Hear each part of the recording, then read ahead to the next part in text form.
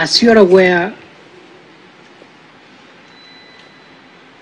it has turned out that this is a well-organized crime of great proportion, well-planned, well-organized, well-executed.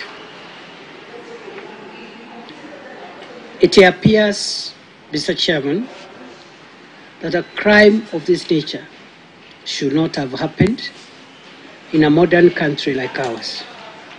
For many years, I have already given you the chronology of Mackenzie's dangerous gospel,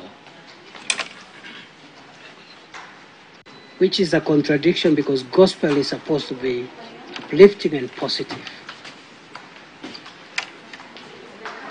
From 2003.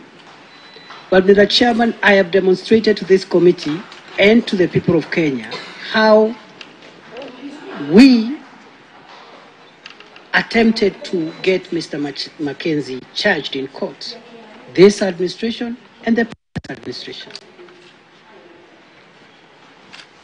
And therefore, even as we introspect on this matter as a country,